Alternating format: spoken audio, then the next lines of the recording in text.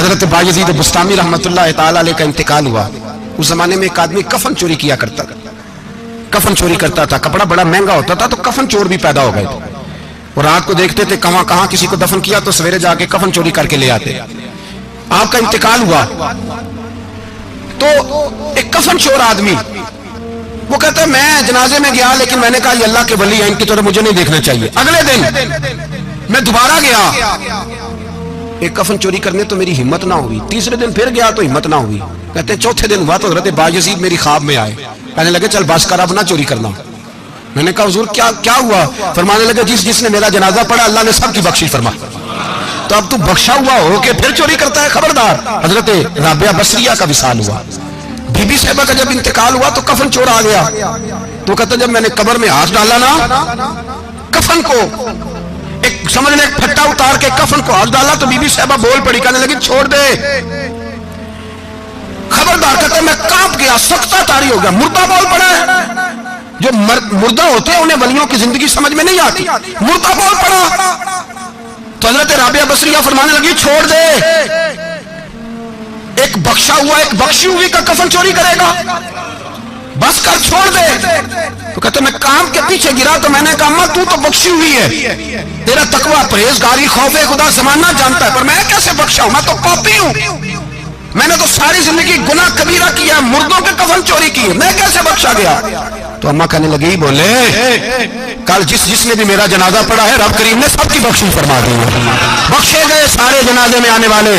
اللہ اپنے بندوں کو یہ شان عطا فرماتا ہے. میرے حضرت قبلہ عالم دوستو, دیانتداری سے کہتا ہوں, مسجد میں بیٹھا ہوں اس وقت, اگر وہ والی سیرت جو کتابوں میں ہم ولیوں کی پڑھتے ہیں وہ اگر کسی شخص میں پائی جاتی ہے تو وہ میرے شیخ میں پائی جاتی ہے, میرے حضرت میں. ابھی آپ جب آئے لوگ کہتے ہیں آپ کی آخری ملاقات کب ہوئی, تو میں کہتا ہوں آخری ہوئی نہیں, کبھی نہ کبھی ہوگی.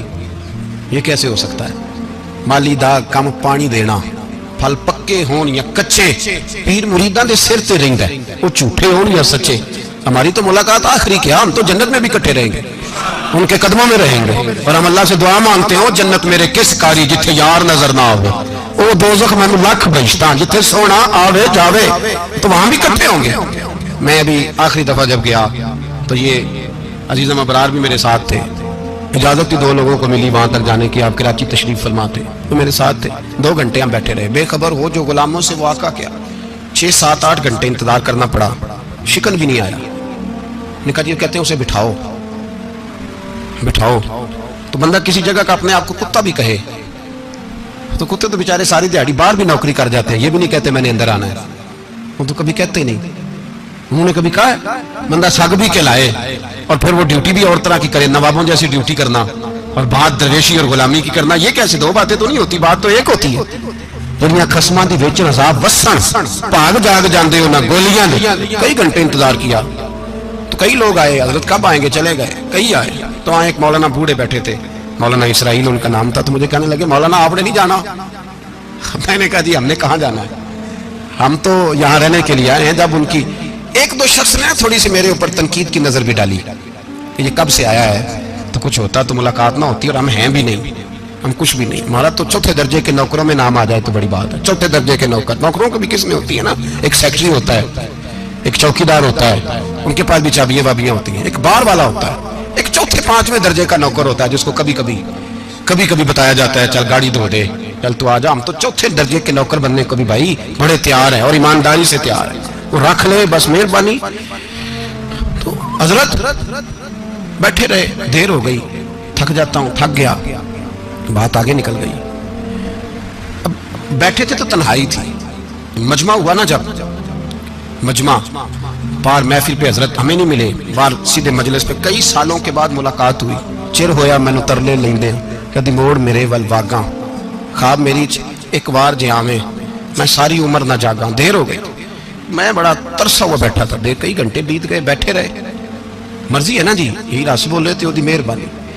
تو دیر کے بعد جب وہاں پہنچے نا اسٹیج پہ سامنے حضرت کے پاس, حضرت سٹیج پہ آ گئے, تو میری طبیعت ہے کہ میں جب اپنے شیخ کے پاس بیٹھتا تھا تو سب سے پیچھے بیٹھنے کی کوشش کرتا تھا, اس لیے کہ بڑھ کے آگے ہونا کمال نہیں, کو پکڑ کے آگے کرے تو پھر بھی تھوڑی سی نوکری قبول ہونے کی بات سمجھو. پیچھے بیٹھ گئے ہم لوگ, میں بھی اور ابرار بھی. ہم پیچھے بیٹھ گئے. اب وہاں علماء اور مشائخ کا ڈھیر لگا ہوا تھا. حضرت کی نظر بظاہر خاصی کمزور ہے, لیکن جب بیٹھے تو یہ میرے ساتھ موجود تھے, آپ گواہی لے سکتے ہیں. حضرت نے فوراً نقیب محفل سے کہا کہ وہ پیچھے بیٹھا ہے, اسے تو آگے بلاؤ.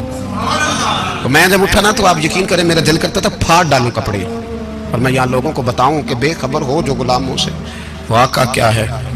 ہم لوگ آگے گئے اور جب میں اسٹیج پہ ان کے قدموں میں بیٹھا تو مجھے کہنے لگے بچے کو بھی بلاؤ جس کو ساتھ لائے. اور جب میں بیٹھا, ایمانداری کی بات, میں نے سلام لی کان میں نے کہا حضور طبیعت کیسی ہے؟ فرمانے لگے تو جب سے آیا ہے مجھے تب سے پتا ہے تو بیٹھا ہے. تو جب سے آیا ہے مجھے تب سے پتا ہے, اب کل واپس چلے جانا اور جا کے وہاں دین کی نوکری کرنا. تو جب سے آیا ہے مجھے تب سے.